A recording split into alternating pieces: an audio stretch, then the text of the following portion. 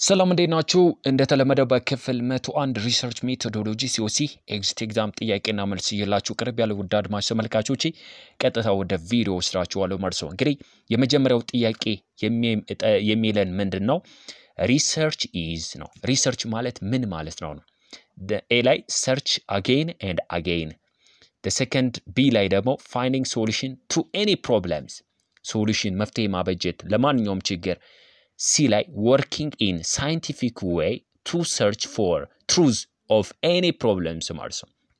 ለዚህ ማንኛው ሊሆን ይችላል ስንል ባጭሩ ሰርች again ማድረግ ነው። ሶሉሽን ለማንኛውም ፕሮብለም ሶሉሽን ማበጀት ነው። ግን ምንድነው በደንብ ሞር ሊገልጸው የሚችለው ምንድነው? working in scientific way ነው። በሳይንቲፊክ way search for truth of any problems ማለት ያን የምንፈልግበት ፕሮሰስ ነው። that is also known as research ይባላል። so the correct answer is C. ሁለተኛው which of one of the following is being used in empirical research ማለት ነው። empirical research ላይ የምንጠቀመው ማንኛው ነው? inductive method, deductive method, initiative methods እና scientific method ይለናል። ግን ማንኛውም ሪሰርች በምንጠቀምበት ሰዓት የምንጠቀመው ምን አይነት ነው? scientific methods ይሆናል ማለት ነው። so the correct answer is what? D ይሆናል።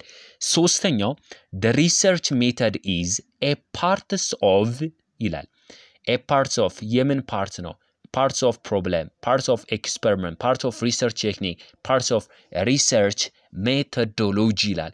ስለዚህ ሪሰርች ሜተድ የምንለው it is a part of research methodology የሪሰርች ሜቶዶሎጂ ክፍል ነው ማለት ነው። correct answer is D ይሆናል ማለት ነው። አራተኛው identifying the cause of the problems እንግዲህ ምን ይለናል?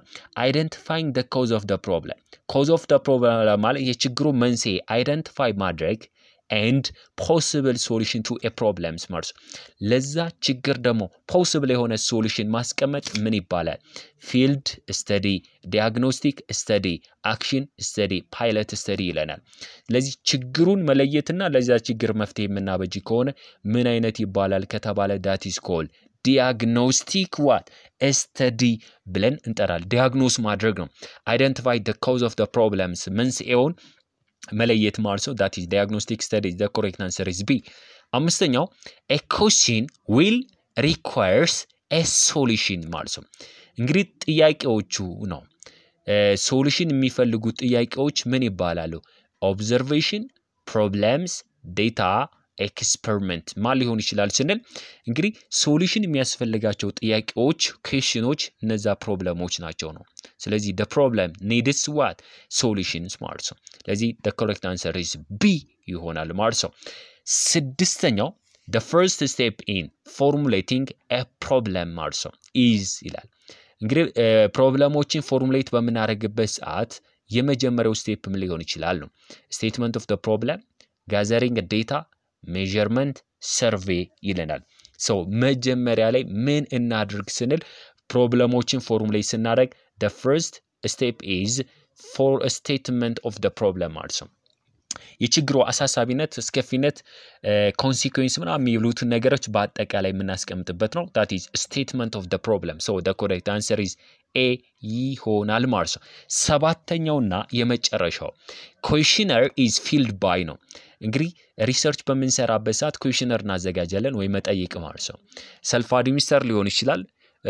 self administer ማለት በራሳቸው ወይ ኢንተርቪውር አድሚኒስተር ሊሆን ይችላል ወይም ቴሌፎን ሌሎች የተለያዩ የምንጠይቅባቸው መንገዶች ይኖራሉ። ስለዚህ questionnaire መሞላት ያለበት በማን ነው? filled by ነው። respondent, everybody, enumerators, none of the above ነው። እንግዲህ የሚሞላልን ማን ነው? ሪስፖንደንቱ ነው። ስለዚህ ሪስፖንደንት አካሉ ኩዌስችነሩን ይሞላልናል ማለት ነው። ስለዚህ ውድ አድማጭ ተመልካቾቼ በክፍል 101 ይዤላችሁ ቀርቤ የነበረው ሪሰርች ሜቶዶሎጂ ጥያቄና መልስ ይሄን ይመስል ነበር። መንጌ ነበርኩኝ። ሰላማችሁ በዘት ይበለልኝ።